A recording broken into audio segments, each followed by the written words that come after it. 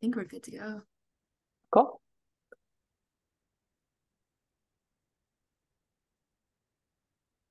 Um, so hi everyone who's watching this recording. I'm Brianna and I'm a PiE alumni and Berkeley alumni. I was on the PiE business team when I was there and I graduated in 2018 with a degree in industrial engineering. Yeah. And hi, I'm Angela. I was on the PiE education team I'm also an alumni. I was on the PiE education team back when I was there, and I graduated in 2019 with a degree in applied math. It's nice to meet all of you who are watching this from the future. Um, cool. So thanks for joining us. We're just going to kind of go over the PiE scholarship and then also some tips about scholarships in general and the different elements that you might be seeing in the scholarship applications. So what is the PiE Scholarship? The PiE Scholarship is a $2,000 scholarship award that we give to students who participated in PiE. And you would apply your senior year and you'd get the scholarship money to help go towards anything that's related to education. So this might be textbooks or technology or anything. Um, oh, I No, that's all good. Yeah. So yeah. so this is just what Brianna was talking about. It's, for PiE students in their last year of high school. Um, and then Yeah. So applications opened during fall comp, which was yesterday as of this recording. We have quite a long application window this time, so there's a lot of time for you to work on your application. They'll be due in March 12th of next year at 11:59 p.m. And then we'll be holding interviews soon after that in April. Yeah, and the interviews will just be for the finalists. So we'll select a handful of you in the interview.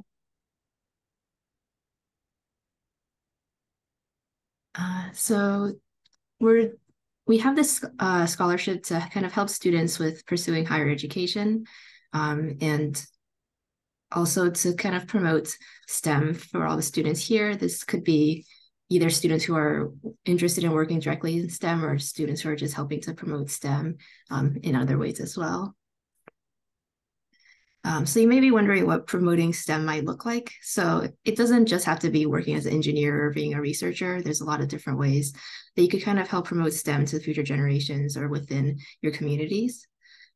So in if you could go to the next slide. In addition to working as a researcher, there might be other work such as working in policy within the government, or doing work that kind of is STEM adjacent. So working in business for a STEM company or working in law, working with attorneys who help these engineers and inventors who do STEM work.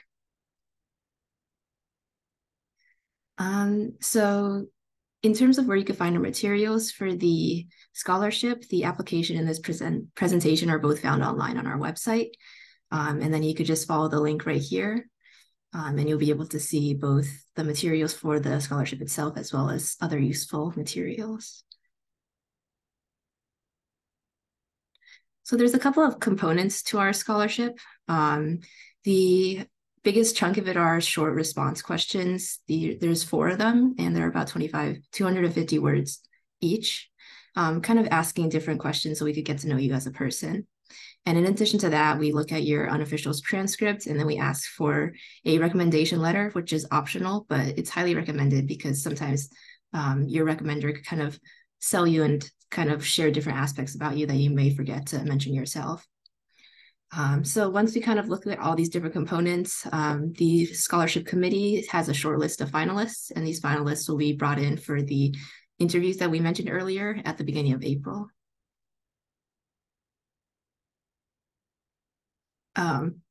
So if you have any questions, feel free to email us and we'll be happy to answer them and get back to you.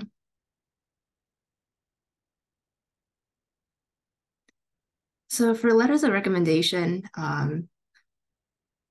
there's well, unsurprisingly, the letter of recommendation is a letter. It could be written by just about anyone, and it's kind of just for them to kind of brag about you, share aspects of you that maybe you forget to talk about in your own essays, and kind of share why you would be a great candidate for a scholarship. So recommenders could either choose to keep their letter confidential, or they may work with you to kind of polish it up. And we don't really have any specific person that we want the letters from, but we just want you to pick someone who really knows you well and could write you a strong letter of rec. So sometimes students may have some difficulty trying to think of who they could ask, but it's not limited to just like a teacher or something. You could be asking your coach from your sports team or a manager that you worked with part-time, or even, for example, your PiE mentor.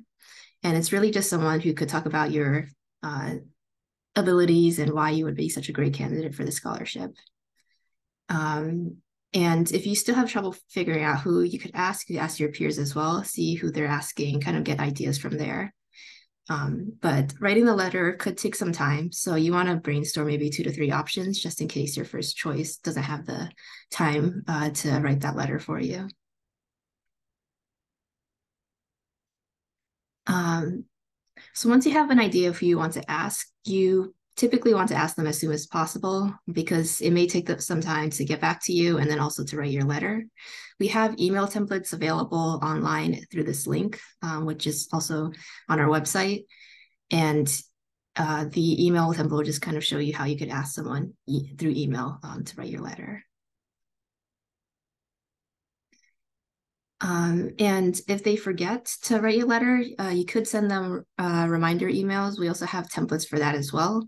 Just kind of like a polite, quick reminder just to say, hey, the deadline is coming up. And I'd like to just remind you that you agreed to write my letter. In terms of how the letter of recommendation is completed, when you go into our web application, you'll be requesting the letter through there and you'll put in their name and phone number and email. And then the email will go out to the recommender, giving them a link where they could submit their letter.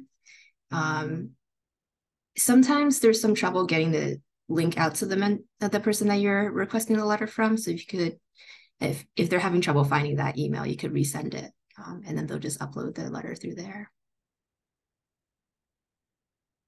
And again, if you have any issues or questions, just feel free to reach out through email.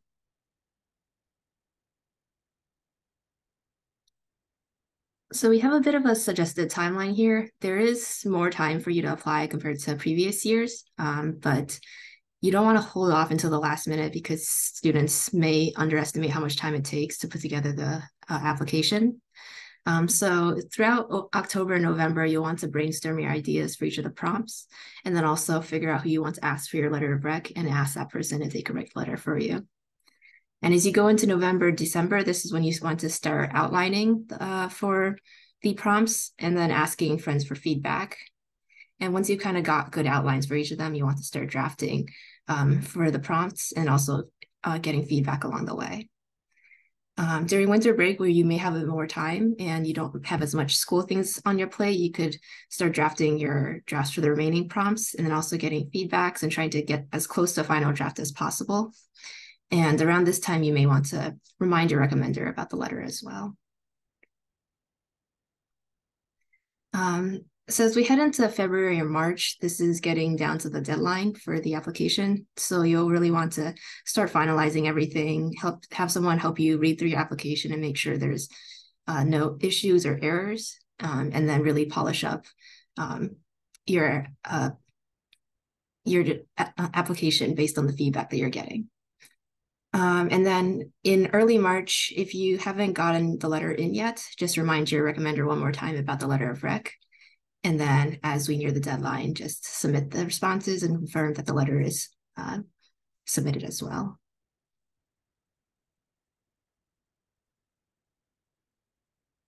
Cool. Thank you, Brianna.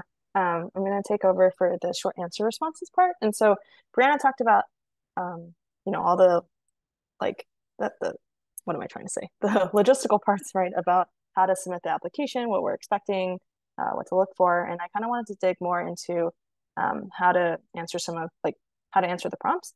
And so just to give you an overview, we're going to have 4 prompts. They're each going to be 250 words or less. And generally what we're looking for are these questions, like, where do you come from? What do you want to do? We want to know more about yourself.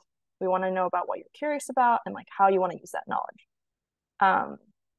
And so if you're curious about how you can write a short answer response, we can walk through an example together. So this is one of the prompts that we have. The prompt is, what is your biggest takeaway from PiE? Describe a moment from the season that sparked personal growth and what you learned. Kind of a big question, right?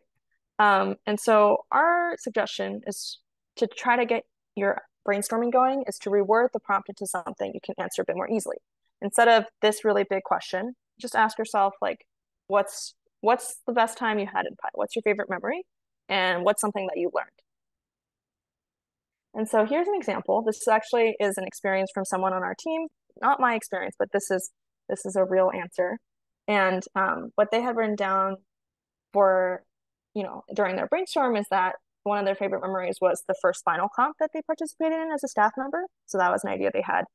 They also thought about the time where they were debugging, as I'm sure, a lot of students here also could like, what am I trying to say? Could also like identify with the sentiment, like debugging, like those really intense sessions right before competition. That might be another memory. And then also is another memory that the staff member had that was brainstorming this was that when the robot was able to do a task autonomously. So that was also really exciting. But just for the purposes of an example, let's just pick one of them. So we're going to go ahead with the debugging robot right before scrimmage.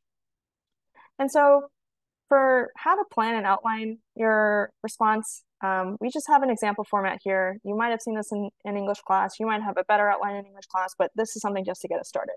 We're going to have some sort of topic sentence, right? Answering the question that's at hand. And then we also want to have a handful of details and examples to help us feel like we understand what like situation you are in. And also like your feedback or commentary on the things that happened to see how you were growing and learning from that.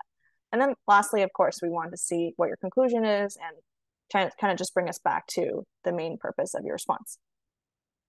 And so if we try to make an outline with this memory of debugging a robot, here's what the different parts look like. So I'll just read them out one by one. For the topic sentence, the key thing here is that the favorite memory was the night right before scrimmage during my third year. And you see here that the concrete details are about the specific things that had to get done. So the robot hardware and software was not fully integrated, and also who this person was working with. So it needed to work as a team to get it together. In terms of the commentary, just adding in additional feedback about, the pressures that they were feeling that day or that night. They had to make sure the full robot was ready in a night, and they also had to make sure that like they were working together really well because there was a lot of things that had to be done. And then finally, we have a conclusion, which is that they got the robot to work, which is awesome, right? And so this rough draft or this outline is really important because this can help you write up some sort of rough draft, right? We have the pieces in place here from our outline. And of course, there's like different ways to write up a draft. You can do like a brain dump, which I find that to be really helpful, where you just kind of write down everything you're thinking about with relation to the prompt. Or you can kind of go popcorn style. And I actually don't know what that's referring to here in this slide, Brianna. I'm not sure if you know, but do you know, Brianna? I think that's more like trying to get out different pieces that you think of without a coherent whole essay. Cool. Yes, thank you, Brianna. Yeah, but there are a lot of different ways you can write up your draft or write up your outline. And then once you have that, you can really build upon it and then create a rough draft of some sort. But really the goal, first of all, is just don't think about the word count, don't think about the formatting.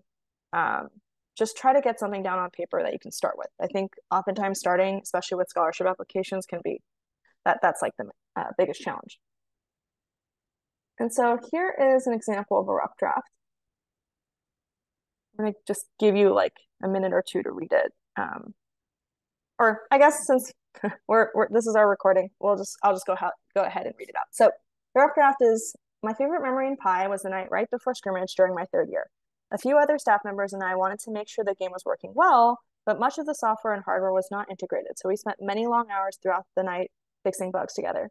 It required a wide range of expertise and a whole lot of teamwork to get the parts to work smoothly, but after a ton of code rewrites, measurements, cutting, and wire splicing, we got the game field to work the way we envisioned as the sun had begun rising. So from this, it's clear to me like what the memory is. I also have some insight as to like what that time actually felt like, right? Like it's really high pressure. I know who else is there. I know what exactly they're working on. So this is an example of what our rough draft could look like. However, once you have a rough draft, right, you want to read it out loud like I did, see if it sounds natural. You can also ask a friend or a sister or, sibling to read it for you because they know who you are, for one, so they can try to figure out if it sounds like you, sounds authentic. But also they're a good person to just check to see if they understand like what you're trying to say. Um, and so those are things I would definitely do when you have a rough draft that you're trying to edit. The other thing too, spell check.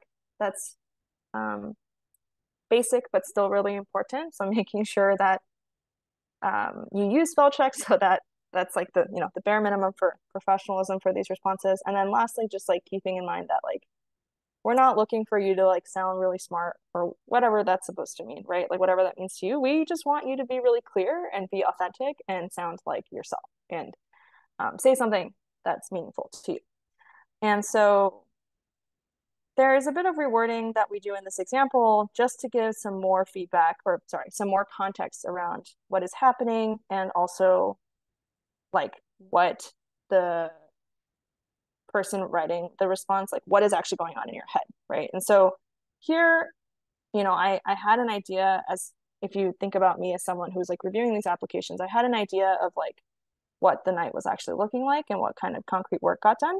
But in this example here, I'll just point out a few things. Like I really like how when we rewarded it, we talk about like bringing specific expertise, like what you're bringing to the table, what you're thinking about in order to try to like what your goal is for that night, not just like what you're doing, but the intentions that you have in mind.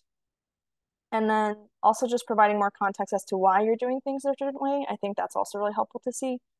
And I think lastly, what's really great about this response is that the lesson that they learn is really explicit um, and very thoughtful as well. And so those are some of the key changes that we make here in rewording. And so you can compare side by side here the two different answers. I also want to say that it's not necessarily that the answer on the right, it's not necessarily better just because it's longer. Like that's not always going to be the case. And so don't, yeah. If you feel like the prompt or the answer that you initially have that maybe is shorter is still clearer and authentic, like you don't need to feel like you have to extend or make your answer longer just to make it feel like it's more thorough. Like you can still be really concise and do that. Cool. And so again, here are some questions that might help you gauge how your response is like. Number one, did you read the prompt? Or sorry, did you answer the prompt? You'd be surprised how many times, like even when you intend to answer the question, you actually maybe miss it. So this is a really important question, even if it sounds like very basic. Two is to read your prompt aloud or read the response to your prompt aloud. Does it sound like you're telling a cohesive story? If it is not making sense to you, then it will probably not make sense to someone who's reading it because you are the one who understands what happened and was there, right? So it's really important that at the very least it sounds cohesive to you. And again, that's why you want to try to ask a peer or sibling to read over it just so that they can check that for you as well. Third thing, kind of going along with the cohesiveness, does your answer logically flow? And then in terms of just like, I guess, professionalism, like, is your word choice appropriate? Like, are you talking to us? Yes, you want to talk to us in an authentic way, but also this is a scholarship setting, so make sure to do that. And lastly, when you find your favorite sentence, and maybe it could be your favorite sentence or more concretely, it might be like your topic sentence or conclusion, is that really getting to the heart of what you want to say, right? As reviewers, like we can't remember everything that you write down, but we will probably remember like the first or the very last statement, right? So making sure that those are fleshed out well is really important. And so here are the different prompts that we have. The first one we walk through with an example. So that's what is your biggest takeaway from PiE? Describe a moment from the season that sparked personal growth and what you learned. Second one is to tell us about a significant challenge you faced or something important that did not go to plan. How did you manage the situation? For questions 2 through 4, you'll see that these do not have to be about PiE, and they truly, truly do not have to be about PiE. And so I just want to reiterate that. Number 3, what are some of your aspirations and what inspires you to fulfill them? And lastly, how has STEM impacted you and how will your future goals promote STEM? And again, just as a reminder, you don't have to be pursuing STEM to promote STEM, as Brianna was saying in the beginning. But these are the 4 prompts that you'll be working on, and we hope that this exercise of, starting from like an outline to then going to rough draft and then figuring out what you can further polish was helpful. But yes, the key thing, really just start early, have people who can read it for you too and give you some feedback, and just be true to yourself and say what you want to say. Okay, with that, I'm going to hand it off to Brianna to finish us off here. Oh, again, yes, if you have any questions, we're going to have an email at the end that you can send questions to, but just email us. Okay, so I'll take back over for the presentation. We're just going to dive into a couple of general tips. And these tips don't apply only to the PiE scholarship. It applies to any scholarship that you're applying to and kind of could apply to your college applications as well. So you really want to start your application early. You don't want to underestimate how much time it's going to take you. So make sure you leave yourself enough time to kind of make sure you get out the best application that you possibly could. And this includes brainstorming, writing, proofreading, and revising these essays. And we typically recommend drafting in Google Docs because it's easier to save there. And then also you could share it with people who could proofread it for you. So like friends, teachers, counselors, or mentors. And as we kind of mentioned before, you want to ask your recommenders for their letters early because they need time to write these as well. And then follow up along the way just to remind them to get that letter in. And of course, college or any sort of post-secondary education could be quite expensive. So look around for other scholarships because there's a lot of them out there that could really help fund your education. So for the application specifically, one thing you really want to make sure is that there's no grammar or spelling mistakes. This is kind of an easy thing to do, but also it really makes a big impression on the reviewers. And as Angela was just mentioning, a spelling mistake could drastically change how someone perceives your essay and can make it much less professional than you really want it to be. And you also want to be concise with your essay. So as mentioned before, a longer essay doesn't necessarily mean it's better. Make sure you're getting your story across. And if you get it across in less words, that's perfectly fine as well. And you also don't want to use a thesaurus on your essay. Don't try to shove a bunch of really long words in there just to make yourself sound smart because it's not going to read very smoothly and it doesn't sound like your own voice. And what reviewers really want to hear is what kind of person you are, what is your own voice, how are you telling your story. So don't try to do that and make yourself sound smarter because it's really going to make it awkward to read. And you may have heard this for your writing in other classes, but show, don't tell, kind of walk the reviewers through a more, I guess, fleshed out version of what you're trying to talk about, actually show the experiences that you had rather than just giving some sort of broad overview. And remember to answer the question. It's easy to get lost when you're writing your essays and forget what the actual question was. So once you actually finish writing, make sure you actually go back and then check the prompt and see that you answered the prompt. And most of all, be genuine. We really want to get to know you as a person and what sort of goals or dreams you may have going into post-secondary education, secondary education. So we just want to know who you are and be genuine in your essay and your applications. And once again, if you have questions, feel free to reach out by email. So these are a couple of the other scholarships that you could look into. A lot of these are for the public universities here in California. So you could see a couple of them here, such as the Middle Class Scholarship, which is available to students attending both CSUs and UCs, and then as well as a couple for the other UCs, like Blue and Gold Promise. And then these all help students kind of pay for their education. And we've had a lot of students in the past receive these scholarships. And then here's a couple of other resources that you can look into. Some of these websites are great places to look for other scholarships. And you could also check out local community organizations, and a lot of them also offer scholarships to people from the area. So these are great ways to also just learn more about things and to kind of see what's out there. So if you have any questions, our email is here. It's scholarship@pioneers.berkeley.edu. And we are open to answering any of the questions you have, any issues that you may run into.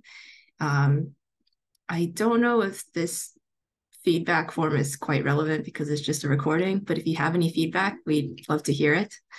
And you can find this presentation on our website. Yeah, thanks, Brianna. And I just want to say, like, on behalf of all of us, that we're really excited to read your scholarship applications. We really love getting to know you through them, and good luck. So thank you for joining.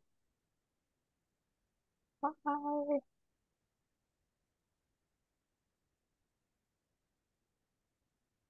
Sorry, my mouse is frozen. No, that's okay.